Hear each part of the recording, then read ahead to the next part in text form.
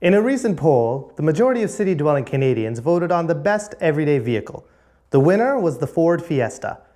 We had our own poll and the results may shock you. It wasn't a Lamborghini or a Land Rover that took first place. It wasn't a Boxster or a Beamer.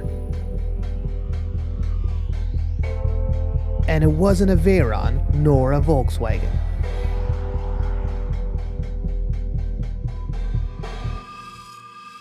It was a Ford Fiesta.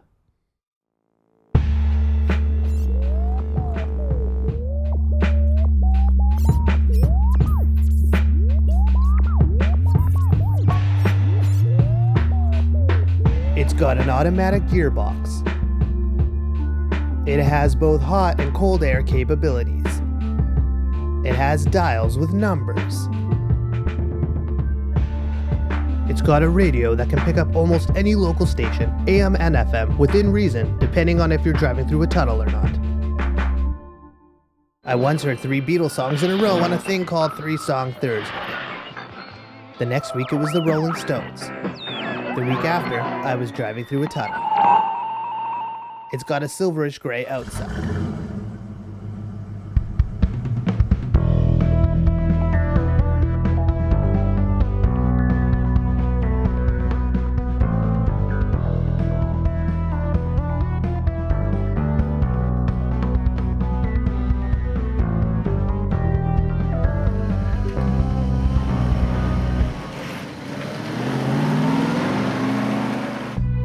It's quite easy to get all the way up to the top end of the legal speed limit, and staying within the yellow striped driving paths is almost too simple.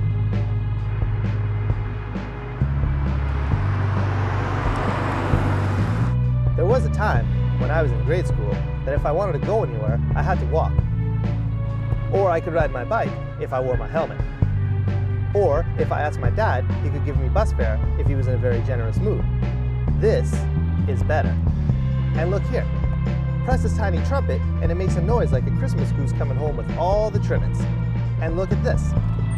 I don't know for what the purpose of these are, but it does add a degree of visual difficulty.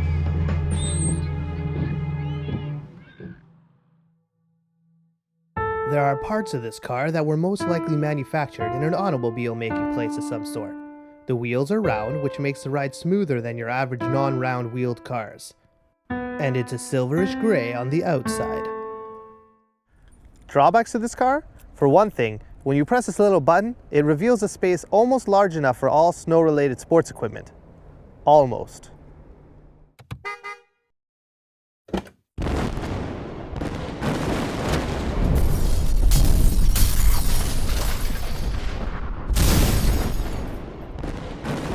See what I mean? Barely enough space for the family snowshoes and igloo hammers. And if you're not a fan of silverish gray, don't buy this exact make and model and color. Also, if you're driving through a tunnel, you may find it difficult to maintain reception from your favorite radio station.